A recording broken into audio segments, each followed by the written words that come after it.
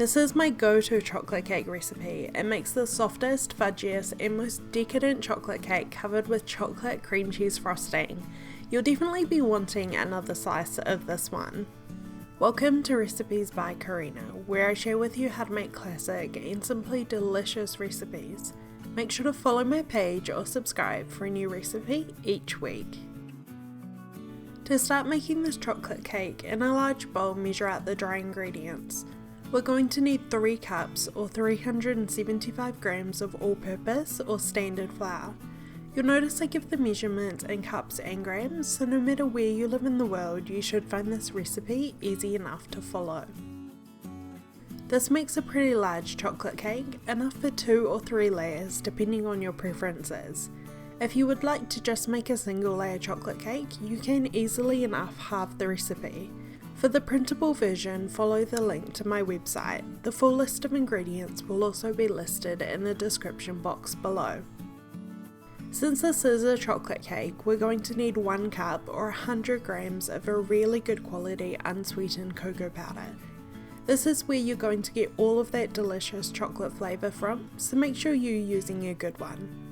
Cocoa powder can often be clumpy, so if yours is, make sure to use a sieve to remove any lumps.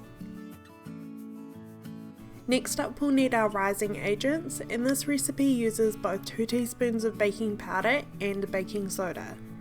The baking soda is going to react with the acids in the cocoa powder to give a really delicious airy texture to the cake, and the baking powder is going to help with just that little bit of extra lift. Make sure you are using both baking powder and baking soda here, as these are 2 different ingredients that give a similar result but actually work in different ways.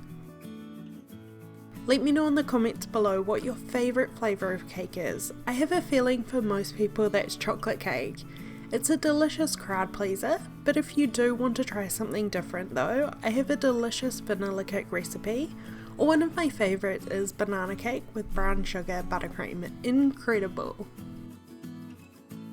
Lastly, add a good pinch of salt to the dry ingredients. This helps bring out that chocolate flavour, and use a whisk to combine the ingredients well. Set the bowl to the side while we work on the wet ingredients. In a medium-sized mixing bowl, measure out the sugar. We'll need 2.5 cups or 300 grams of granulated white sugar to sweeten things up. You can use brown sugar here instead. It will give the cake a little more of a caramel-like flavour, but I prefer using white.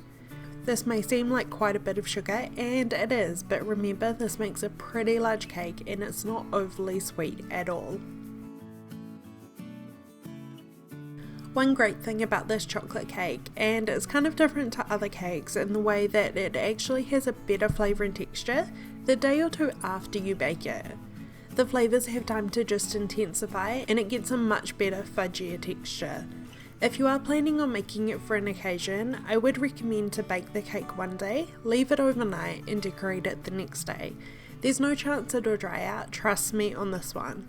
Of course it is still amazing the day you bake it, but it'll stay fresh for at least 3 to 4 days. The next ingredient we'll need is eggs. I'm using 3 large size eggs here, but if you did want to halve the recipe, you can get away with using 2 small sized eggs. Make sure your eggs are at room temperature, and if you do store them in the fridge, just get them out about an hour or so before you start baking. Before I started baking, I poured 1.5 cups of whole milk and 1 tablespoon of vinegar in this jug, gave it a quick mix and let it sit for about 5 minutes. This curdles the milk and kind of turns it into a type of buttermilk. You can use buttermilk for this recipe if you have it on hand, but making this milk mixture actually works much better as it has a lot thinner of a consistency. Pour it into the bowl with the other wet ingredients followed by the oil. We'll need 3/4 of a cup or 190 ml of a flavourless oil like canola, sunflower or vegetable. Stay away from stronger oils like olive as the flavour does tend to push through the finished cake. Follow up with a tablespoon of vanilla essence or extract and use a whisk to combine the wet ingredients together.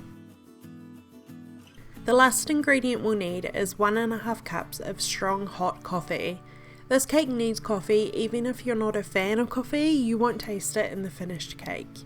You can use instant, espresso, or whatever you have on hand. Make sure it's really hot and pour it over the dry ingredients. The hot coffee will help to bloom the cocoa powder, giving it more flavour. Pour the rest of the wet ingredients into the bowl with the dry ingredients and hot coffee and start to mix it together with a whisk. You should end up with quite a thin and liquidy batter. That's exactly what you want for chocolate cake. It doesn't matter if there are small lumps, just make sure you've got all of the dry flour incorporated from the bottom of the bowl. Divide the chocolate cake batter between 2 or 3 8-inch or 20cm lined and greased cake pans, depending if you want to make 2 or 3 layers to the finished cake. Place the cake pans into a 180°C or 350° preheated oven for about 25 to 30 minutes. Make sure the centre of the cake springs back when pressed, or a cake tester comes out clean before taking the cakes out of the oven. There are a few different options when it comes to frosting or icing the cake. I'm sharing with you how to make delicious chocolate cream cheese frosting, which I think is the best combo as it's tangy and not too sweet, which means it pairs perfectly with the chocolate cake, but you can also make a chocolate buttercream, or even a whipped chocolate ganache would be decadent. To make the chocolate cream cheese frosting, in the bowl of your stand mixer or a large bowl if you're using a hand mixer, and in the room temperature butter. Beat on medium speed for 2 to 3 minutes or until the butter is light and fluffy and almost doubled in volume.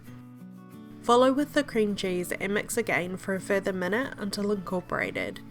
Add 3 cups or 375 grams of icing sugar or powdered sugar to the bowl. These are both the same ingredient, just different names in different parts of the world, and half a cup or 50 grams of cocoa powder. The full recipe will be on my website, as well as the full measurements listed in the description box below. With the machine running, slowly pour in 1 to 2 tablespoons of milk. Scrape down the sides of the bowl to make sure everything is evenly combined and add 1 teaspoon of vanilla essence or extract. Beat the chocolate cream cheese frosting for another minute or 2 until it is light and fluffy. To assemble your chocolate cake, start with one of the cake layers. You can use a serrated knife to level it, but these do bake pretty evenly, so it's not a necessity. Place about 3/4 of a cup of the chocolate cream cheese frosting on the cake and use an offset spatula to spread it evenly. Top with another cake layer and repeat the process. When it comes to doing the final cake layer, turn it upside down so the bottom is facing up. This helps get a more even looking cake. Spread the top and sides with the frosting. There's no need to do a crumb coat here unless you really want it to look perfect, but that's not really my style. Place the cake in the fridge for at least 30 minutes just to let it set before serving. Cut a slice and enjoy. This cake is fudgy, decadent and delicious. I really hope you give it a try. Thank you so much for watching, and I'll see you in my next video.